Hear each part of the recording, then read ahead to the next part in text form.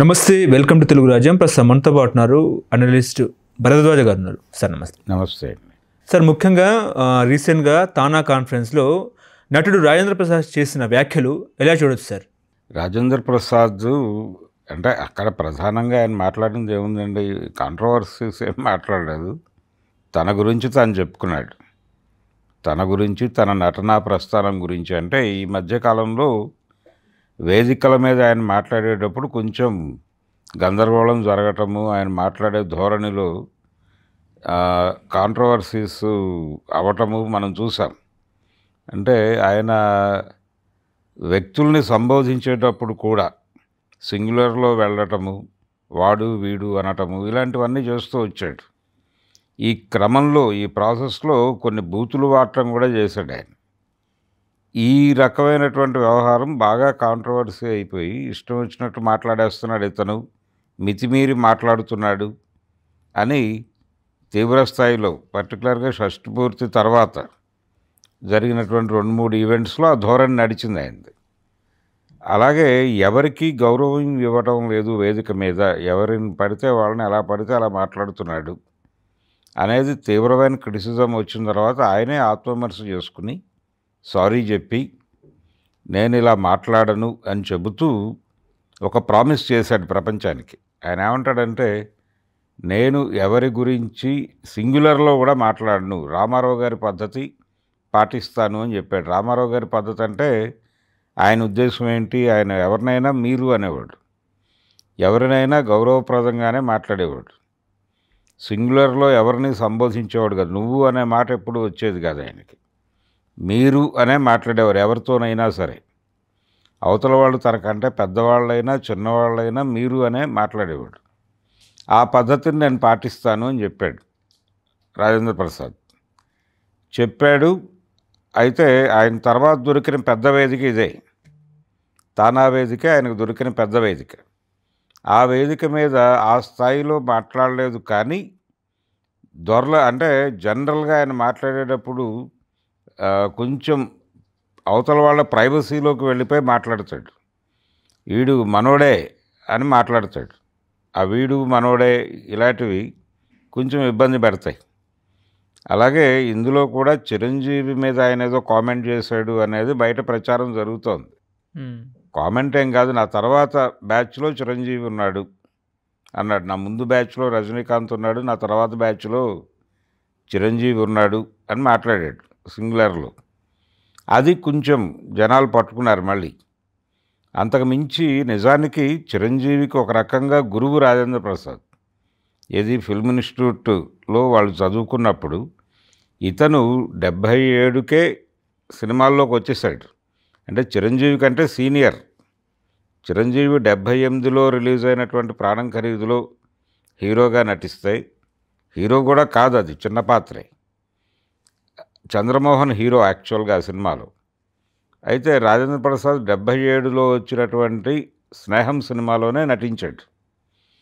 స్నేహం సినిమాలో కొంచెం విలన్ షేడ్స్ ఉన్నటువంటి క్యారెక్టర్ చేశాడు అతను. అలా ఫిల్మ్ ఇన్స్టిట్యూట్లో మైమ్ ఆర్టిస్ట్ అతను. ఈ మైమ్ చిరంజీవికి నేర్పించింది రాజేంద్ర ప్రసాద్. కాబట్టి ఇన్స్టిట్యూట్ వైజ్గా చూస్తే చిరంజీవికి గురువు కూడా రాజేంద్ర ప్రసాద్. అలాగే ఇండస్ట్రీలో సీనియర్, 1 ఇయర్ సీనియర్. కాబట్టి ఆ చొరవతో ఏదో అనేసి ఉంటాడు సింగులర్గా అని కొంతమంది సర్దుకుపోయారు. కానీ ప్రస్తుతం ఆయనకున్న స్థాయి వీటి రీత్యా అలా అని ఉండకుండా ఉంటే బాగుండేది అని మళ్ళీ మొదలైంది. కాకపోతే ఆ మధ్య ఇక్కడ హైదరాబాదులో జరిగినటువంటి వివిధ ఈవెంట్స్లో ఆయన మాట్లాడిన ధోరణికి ఈ ధోరణి అంటే కొంచెం తగ్గాడు, కంట్రోల్ అయ్యాడు.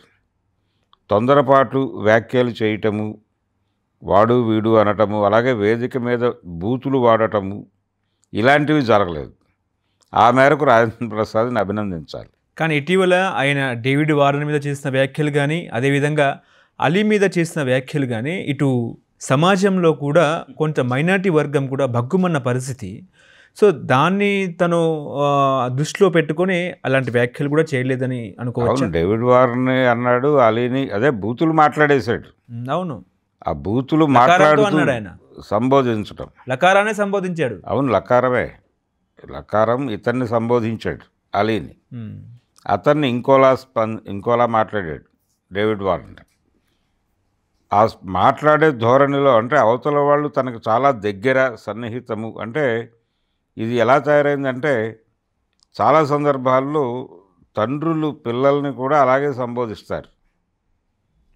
అలా సంబోధించాను తప్ప నాకు వేరే ఉద్దేశాలు ఏవీ లేవు అని తర్వాత వివరణ ఇచ్చుకున్నాడు. ఎస్వి కృష్ణారెడ్డి గారి బర్త్డే ఈవెంట్లో జరిగినటువంటి సందర్భంగా ఆయన మాట్లాడాడు అది అలీ గురించి అలా మాట్లాడటం మీద అలీ కూడా వివరణ ఇచ్చాడు. నేనేం ఫీల్ అవ్వట్లేదు, ఏదో పెద్దోడు అలా అనేసాడు, పర్వాలేదు అనే పద్ధతిలో అతను తన వైపు నుంచి ఒక వివరణ ఇచ్చాడు. అది అయిపోయిన తర్వాత అలీ గురించి ఆయన మాట్లాడింది వివాదాస్పదం అయిన తర్వాతే వివరణ ఇచ్చుకున్నాడు. నేను భవిష్యత్తులో ఇలా మాట్లాడను, మీరు అనే మాట్లాడతాను, ఎవరిని కూడా ఏ రకంగా నొప్పించి, అంటే వాళ్ళతో ఉన్నటువంటి సాన్నిహిత్యం రీత్యా నేను ఏదో మాట్లాడేశాను కానీ ఇక ముందు మాట్లాడనని చెప్పి ఒక కన్ఫెషన్ స్టేట్మెంట్ ఇచ్చాడు రాజేంద్ర ప్రసాద్. అయితే ఆ కన్ఫెషన్కి కొంత మేరకు నిలబడ్డాడు అనేది మనకు తానా సభలో అర్థమైంది. బూతులు వాడలేదు కానీ అక్కడ కూడా కొంచెం సింగులర్లో వెళ్ళాడు. అలాగే కొంచెం జోష్ రావాలి అన్నాడు, ఏలలేసాడు, గొడవ చేశాడు. ఇవన్నీ జరిగినాయి. ఇవన్నీ తప్పేం కాదు. కాకపోతే ఇదే చిరంజీవి గురించి ఆయన మాట్లాడిన దాన్ని కొంచెం ఎలివేట్ చేసి మాట్లాడే ప్రయత్నం చేస్తున్నాడు ట్రోలర్స్. అది కూడా అక్కర్లేదు. నిజానికి రాజేంద్ర ప్రసాద్ని అలీతో జరిగిన ఘర్షణ సందర్భంగా ఆయన కొంచెం ప్రికాషనరీగా వ్యవహరిస్తున్నాడు అనడానికి తానా ఉదాహరణగా చెప్పుకొని క్షమించి వదిలిపెట్టేయచ్చు ఇంకా. ఓకే. కానీ సినిమా ఇండస్ట్రీలో అగ్ర హీరోగా పేరుగాంచిన రాజేంద్ర ప్రసాద్ అంటే బూతులు వాడకముందు, బూతులు వాడిన తర్వాత సొసైటీ ఈ రకంగా మళ్ళీ పుషప్ చేస్తుందా అని దృష్టిలో పెట్టుకుని ఇలా తగ్గాడు అనుకోవచ్చా? అంటే తగ్గుతాను అని ఆల్రెడీ కన్ఫెస్ అయ్యాడు ఆయనకు దొరికిన అవకాశం అది. తానా మీటింగ్ అనేది ఆయనకు దొరికిన అవకాశం. ఇంకొంచెం గౌరవప్రదంగా వాడుకుని ఉండొచ్చు. అక్కడ కూడా ఏడి మా అన్నయ్య వీడు ఇక్కడే ఉంటాడు అని మురళీమోహన్ గురించి మాట్లాడాడు. అలాగే మొదటి నుంచి తనకు అమెరికాలో సాన్నిహిత్యంగా ఉన్నటువంటి ఒక మిత్రుడు ఉన్నాడు, అతని గురించి కూడా ఒక మాట తూలే పరిస్థితి వచ్చింది. ఆగాడు, కంట్రోల్ చేసుకున్నాడు. అర్థమైంది ఆయనకి మనం నోరు జారితే ఇమ్మీడియట్గా మీడియా మన మీద పడిపోతుంది అనేటువంటి ఒక భయం కనిపించింది. అది చాలు. ఆ కాన్షియస్నెస్ ఉంటే చాలు ఆయనకి, ఆ కాషన్లో ఉంటే చాలు. అంతకు మించి అంటే ఇంకా గౌరవప్రదంగా మాట్లాడచ్చు ఆయన. కాకపోతే అంటే తను కామెడీ హీరో అనేటువంటి ఒక ఇమేజ్ ఉంది తనకి. ఆ ఇమేజ్ మీద తనకు చాలా విషయాలు తెలుసు అనేటువంటి విషయం మీద ఎక్కువ స్ట్రెస్ ఇచ్చి వ్యవహరిస్తూ ఉంటాడు వేదికల మీద ఆయన. అందువలన వచ్చిన గొడవ ఇది. అందుకని అలా గతంలో నోరు జారటానికి కారణం కూడా అదే. ఇప్పుడు కూడా జారి ఉండేవాడే ఆయన. జారటానికి చాలా అవకాశాలు, చాలా దారులు దొరికినప్పటికీ ఆగాడు. తనని తాను కంట్రోల్ చేసుకున్నాడు. ఇలాగే వెళ్ళండి, ఇంతకంటే ఇంకా గౌరవప్రదంగా వ్యవహరించండి, ఇది బాగానే ఉంది, ఇంకా హుందాగా వ్యవహరించవచ్చు, కొంచెం ఆ దిశగా అడుగులు వేస్తే బాగుంటుంది. ఆయన ఈ రకమైన ఇబ్బంది కూడా ఎదురుకాకుండా చూసుకోవాలి. అంటే కూతురు చనిపోయిన డిప్రెషన్లో ఉండి ఆయన ఇలాంటి వ్యాఖ్యలు కూడా. కూతురు చనిపోయిన డిప్రెషన్ ఏం కాదు. అలీ మీద కామెంట్ చేసినప్పుడు ఆ మాట వచ్చింది కానీ అదేం కాదు. అవన్నీ అయిపోయినాయి. అప్పటికి అవన్నీ అయిపోయే ఆయన జోష్లోనే ఉన్నాడు. ఆ జోష్లో ఉండి మాట్లాడిన మాట అది. ఆయనకు డిప్రెషన్లో కాదు. ఆయన డిప్రెసివ్ మూడ్లో ఉంటే అలా మాట్లాడు. ఎవరైనా సరే, ఆయనే కాదు, ఎవరైనా సరే డిప్రెషన్లో ఉన్నప్పుడు మాట్లాడే ధోరణి వేరు. కూతురు చనిపోయింది, ఏదో బాధలో ఉన్నాడు, ఇలా మాట్లాడాడు అని ఆయన సర్దుకున్నాడు. అలీ సర్దుకోవడానికి అవకాశం ఉంది కానీ రాజేంద్ర ప్రసాద్కి అది ఎక్స్క్యూజ్ కాదు. కానీ ఎందుకు సార్ సినిమా హీరోలు తెర ముందు ఒక విధంగా మాట్లాడతారు, తెర వెనుక ఎందుకు ఇలా మాట్లాడతారు అంటే ఏం చెప్తారు? అంటే తెర మీద వాళ్ళు పాత్రలో ఉంటారు. ఆ పాత్ర ఎలా బిహేవ్ చేస్తుందని రైటర్ అనుకుంటాడో వీళ్ళు అలా బిహేవ్ చేయాలి దానిలో. అంత మాత్రం చేత బయట కూడా అలాగే ఉండాలనే ఉంది. బయట వాళ్ళు ఒరిజినల్గా ఉంటారు, అలా ఉండటం కరెక్టే. అంటే ఇప్పుడు తెర మీద పాత్ర, ఒక పౌరాణిక పాత్రలు రెగ్యులర్గా వేసే నటుడు బయట జీవితంలో కూడా అలా ఉండడు కదా. బయట జీవితంలో తారేమిటో అలా ఉంటాడు, వేదిక మీద అలా ఉంటాడు. వేదిక మీద కావచ్చు, లేకపోతే తెర మీద కావచ్చు. తెర మీద వాళ్ళు వేసే పాత్రల్ని చూస్తాం మనం. ఇప్పుడు తెర మీద రేపులు చేసేటువంటి, రెగ్యులర్గా రేపుల్ క్యారెక్టర్లు చేసేవాళ్ళు కొంతమంది ఉండేవాళ్ళు పాత రోజుల్లో. చలపతిరావు గారు, మాదాల రంగారావు కూడా ఆ పేరు ఉండేది. ఆయన కూడా 2-3 సినిమాల్లో అలాంటి అవకాశాలు రిపీటెడ్గా వచ్చినాయి. కాబట్టి అంత మాత్రం చేత వాళ్ళు తెర బయట జీవితం అదే అని అనలేం కదా. అంతే ఇది కూడా. ఓకే. సో ఇప్పటికి కూడా రాజేంద్ర ప్రసాద్ తగ్గాడు, మొత్తానికి తగ్గాడు కానీ తగ్గాల్సినంత తగ్గలేదు, ఇంకా తగ్గాలి. ఆ ఎఫెక్ట్ ఇక్కడ కనిపించింది అంటారు, అంతేనా?